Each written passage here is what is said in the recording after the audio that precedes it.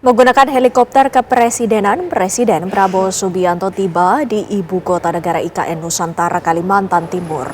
Kunjungan ini menjadi yang pertama bagi Presiden Prabowo ke IKN sejak dilantik sebagai Presiden Republik Indonesia.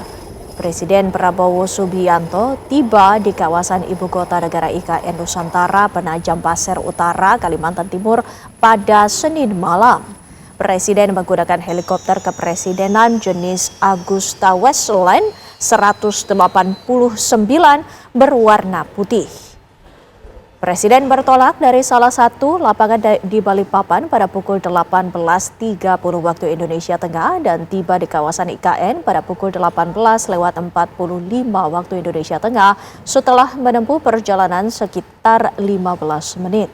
Setibanya di IKN, Presiden Prabowo didampingi oleh Menteri Sekretaris Negara Prasetyo Hadi, Sekretaris Kabinet Letkol Teddy Indra Wijaya, Menteri Pekerjaan Umum Dodi Hanggodo, serta sejumlah pejabat terkait lainnya. Kedatangan Presiden disambut langsung oleh Kepala Otorita Ibu Kota Nusantara Basuki Hadi Mulyono. Pemerintah menargetkan IKN dapat mulai berfungsi sebagai ibu kota politik pada tahun 2028 dengan alokasi anggaran sekitar 48,8 triliun rupiah untuk periode 2025 hingga 2029.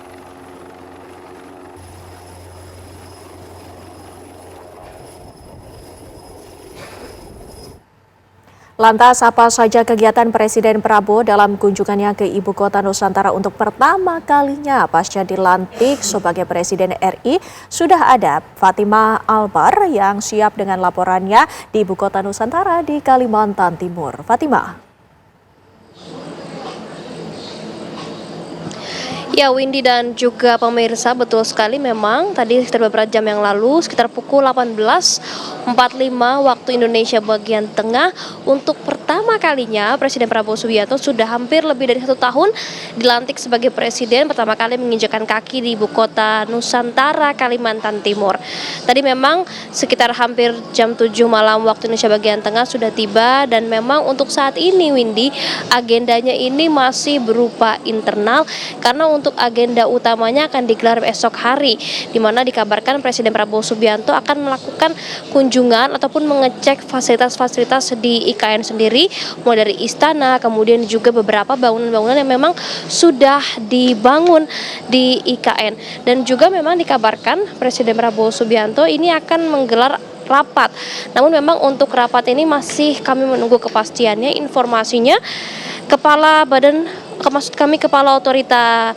Otorita IKN Basuki Hadi Mulyono ini akan melakukan pemaparan mengenai progres IKN setelah sekitar 1,5 tahun terakhir setelah Presiden Prabowo Subianto menjabat, karena memang sudah ada anggaran yang dialokasikan untuk IKN untuk 5 tahun dari tahun 2025 hingga tahun 2029.